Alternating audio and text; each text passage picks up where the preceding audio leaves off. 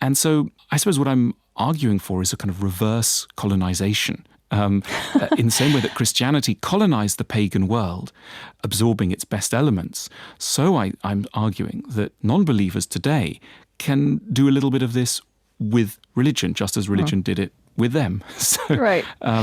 Because a lot of what we find in Christianity comes, of course, from Greek philosophy. Even the concept of monasticism was taken from the Epicurean philosophical communities that existed in the Mediterranean world. So an awful lot that seems to us intrinsically religious is not. It's part of the treasury of mankind. These religions at their highest points, at their most complex and subtle moments, are far too interesting to be abandoned merely to those who believe in them. Okay, so let's talk specifically about some of these aspects of religious tradition, religious communities that you feel are repositories of wisdom for, as you say, all of humanity, including non-believers. And you used the word moral just a second ago, and the phrase you use is of moral atmosphere, intentional moral atmospheres. You've said atheists overlook secular society's powerful and continuous calls to prayer. Yes, I suppose what I'm arguing for is something quite simple, which is the importance of trying to be good and trying to be kind. Now, let me stress right away that I don't think religions have a monopoly on this at all. Mm-hmm. And it's entirely possible to be good and kind and believe in nothing. I know this is a point that is extremely fraught in the United States, where atheists are regularly accused of being immoral. And I think that is absolutely wrong. I don't even know if the discussion gets that far usually. Right. It may be an assumption. I don't think it's a very examined assumption. Yes. Mm-hmm. Anyway, what religions do, which is rather interesting, is they recognize that we need to have constant public reminders of all this stuff about being good and kind that all of us probably sign up to in theory, but forget about in practice. And this is a real contrast to the secular world, which basically says public space must be neutral.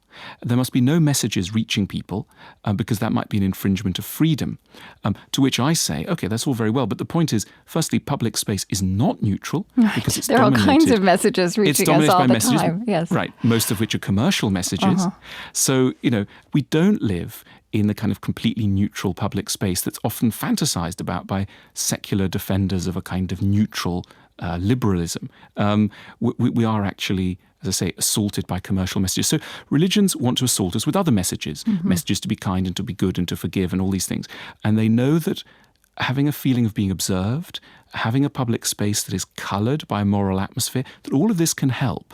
And I don't know, this intrigues and attracts me. And the idea that we are rational creatures or could become rational creatures living in a rationally run world was really a fundamental assumption that emerged certainly in the course of the 20th century. A lot of evidence to the contrary, but those of us, I think, who grew up in the latter part of the 20th century, there was this aspiration. And that is kind of a bedrock of secular society as we inherited it. Yes, and I think along with that, what's wrong with that? I think it's simply too mature. It's too reasonable. We're all a little bit crazier than that. And I think it's kind of cruel to deny this aspect. You find this a lot in education. The modern secular education system is based on the idea that life is essentially a kind of fairly easy process to get through.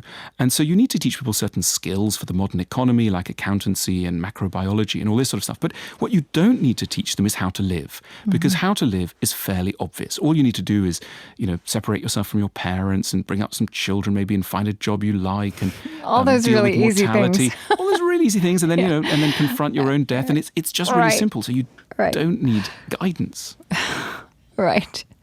And so you're supposed to know this stuff. And my question is, how? I don't know this stuff. Right. And the fascinating starting point of religions, all religions, is they start from the idea that we don't know how to live. And so that's why they need to teach us wisdom.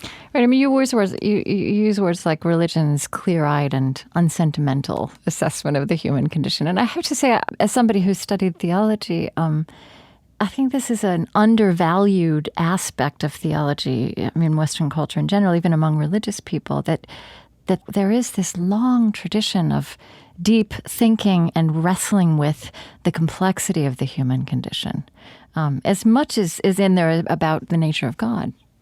That's right. I mean, religions are sometimes mistaken for being very optimistic, almost naive, childlike in their belief in our next world and everything being fine and God's providence and so on.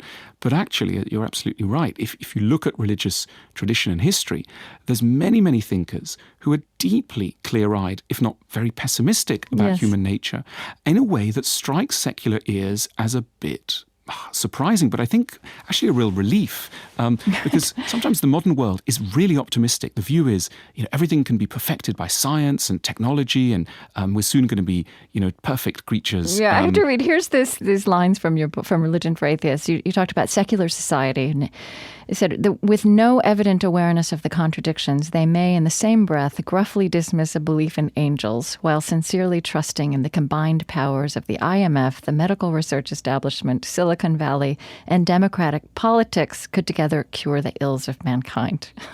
That's right. That's right. Whereas religions know, take the Catholic idea, and I speak as a convinced atheist, the Catholic idea of original sin. Fascinating idea, beautiful idea. Starts from the notion that the human animal is crooked. We are slightly wrong and imperfectible. The only perfectible creature out there is divine. That is the source of perfection. The human animal is a mixture of the divine and the not divine. And so, in other words, perfectibility is not in our nature, and we shouldn't aim for it. Now, this could seem a bit dark and pessimistic, but imagine trying to have a relationship with someone who thinks that perfectibility is within their grasp. Someone young, good-looking, very optimistic, who thinks, I'm going to get together with another similarly perfect being, and we're going to have a fantastic, terrific time. Watch out for the divorce lawyers and the alarm bells. That's not going to work. Whereas if two people come together and go, look, I'm a little nuts, and you're probably a little nuts too, because you're human, but we're going to try and make a go of it, and against the deep backdrop of human fallibility, I'd give that relationship much more of a vote, because it's going to be based on reality. Well, and even to bring this to another level, I couldn't help thinking as I was reading you about the economic crisis we're in, both in Europe and the United States, where we had lived with this vision of eternal progress, this upward arc that would never end, but what economists now, this supposedly rational discipline, right? We turned it into a rational discipline. What they hadn't factored in and are now factoring in is fickleness and flaws and weakness of human nature. That's right. That's right. And so a little kind of stoic realism can be very, very helpful. Also, talking about economic crisis, the other thing that religions have done fascinatingly throughout their history is to make a distinction between earthly power and virtue. In other words, you can be very rich and very powerful, right, but your heart may not be good. That those are two different strivings and pieces Absolutely. of work. We have an echo of it when we ask of people, if somebody says, so-and-so is really rich and successful. That second question we might ask is, but are they nice? Now, that's a Christian question, but in its origins in the West, I would argue. In other words, that there is a distinction between power and goodness.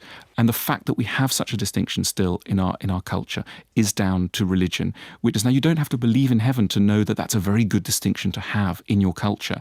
It gives people a capacity to be so-called successful on different registers, and that provides huge mental breathing space, especially at times like these. Yes, and there are different scales for defining a life of dignity. Exactly. And it's interesting, a couple of other things that features of very religious features of traditions that you also say that atheists and secular society could learn from, something like the Day of Atonement in Judaism, or the saints, the tradition of saints in Roman Catholicism.